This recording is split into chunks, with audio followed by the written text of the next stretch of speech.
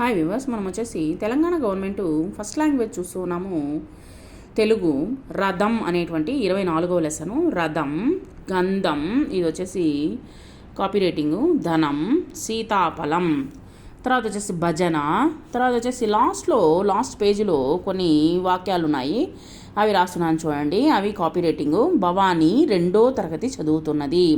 రాధ కూడా 2వ తరగతి చదువుతున్నది. భీముడు సీతాఫలం తింటాడు.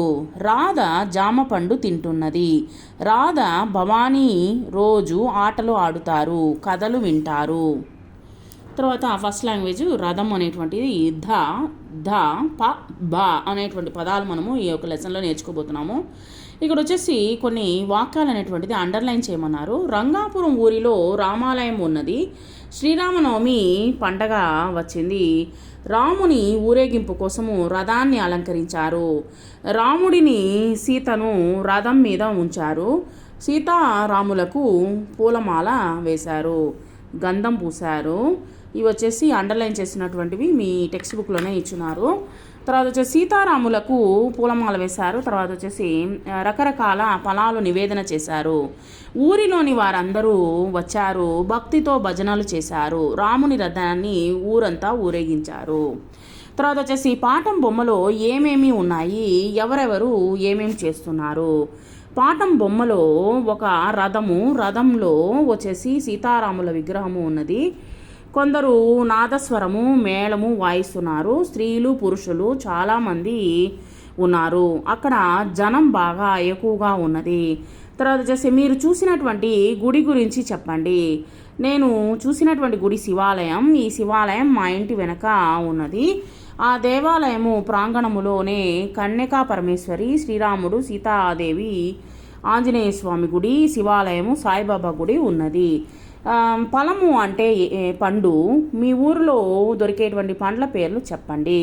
మామిడి పండు, అరటి పండు, జామకాయ, నేరేడు పండు, యాపిల్ పండు, దానిమ్మ పండు, రేగి పండ్లు, ఇంకా రకరకాలైనటువంటి పండ్లు మా ఊరిలో దొరుకుతుంది.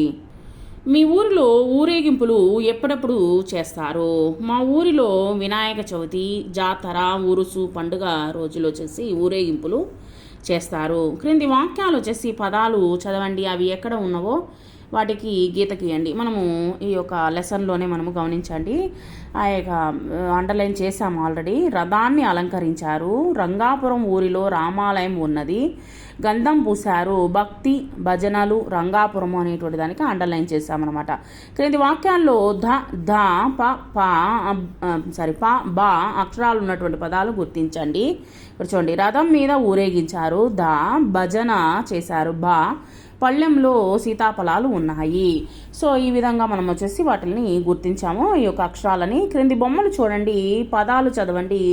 తర్వాత వచ్చేసి రథం, ధనం, సీతాఫలం, భజన అనేటువంటిది గుణింతము అంటే వీటిని వచ్చేసి ఏమేమి బొమ్మలు ఇచ్చినారో వాటికి పేర్లు రాసాము. రథం, ధనం, సీతాఫలం, భజన. తర్వాత వచ్చేసి గుణింతము చదవండి. ఇక్కడ వచ్చేసి భ అనేటువంటి గుణితాలు ఇవ్వడం జరిగింది. ధ ది ధి దు దు దృ ధే ధే దై దో ధో దౌ దం దహ. తర్వాత ద ది ది దు దు దృ దే దే దై దో దో దౌ దం దహ. తర్వాత వచ్చేసి ఫ ఫి ఫి ఫు ఫు ఫ్రు ఫె ఫే ఫై ఫో ఫో ఫౌ ఫం ఫహ. తర్వాత వచ్చేసి భ బి బి బు బు బ్రు బె బే బై బో బౌ బౌ బం బహ. తర్వాత వచ్చేసి క్రింది గళ్ళలోని అక్షరాలతో పదాలు రాయండి. ఇక్కడ చూడండి, ఇక్కడ ఉన్నటువంటి పజిల్లో ఉన్నటువంటి దానికి మనము రాయండి ఈ యొక్క పదాలు. కనకం, బలం, రంగ, రథం, పనస, ఖగం, ఫలం, ధనం, శనగ, పనస. క్రింది పేర్లను చదవండి. ఇక్కడ వచ్చేసి క్రింది పేర్లు చదవండి. ఇక్కడ వచ్చేసి అమ్మాయిలు అబ్బాయిల పేర్లు వేరు చేసి ఇక్కడ వచ్చేసి రాయాలన్నమాట.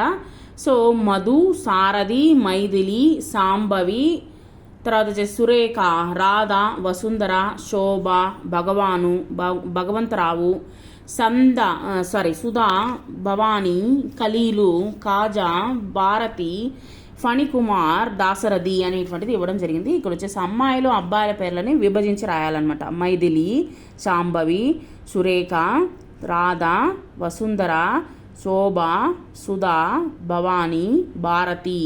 తర్వాత అబ్బాయిల పేర్లు వచ్చేసి మధు, సారథి, భగవాను, భగవంతరావు, ఖలీలు, కాజా, ఫణికుమార్, దాసరథి. తర్వాత వచ్చేసి ఇక్కడ చూడండి బొమ్మలు చూడండి, వాక్యాలు అనేటువంటిది రాయండి. ఇక్కడ వచ్చేసి ఒక బొమ్మ ఇవ్వడం జరిగింది. దాన్ని ఏ విధంగా మనం వచ్చేసి సొంతంగా వాక్యాలు అనేటువంటిది రాద్దాము చూద్దాము. నాగలి ఉన్నది. ఇంటి ముందు ఒక స్త్రీ ముగ్గు వేస్తూ కనిపిస్తూ ఉన్నది. ఇంటి ముందు మంచం మీద ఒక అతను లేదా తండ్రి నాన్న కూర్చొని ఉండొచ్చు, లేదా తండ్రి కావచ్చు లేకపోతే నాన్న కూర్చొని ఉండొచ్చు. చెట్లు ఉన్నవి, ఇండ్లు ఉన్నవి, మంచం ఉన్నది, ఒక అమ్మాయి పూలు కోస్తూ ఉన్నది, తర్వాత వచ్చేసి పూల మొక్కలు ఉన్నవి. ఈ విధంగా ఈ యొక్క లెసన్లో మనము ఇవన్నీ గుర్తించాము. Thank you very much.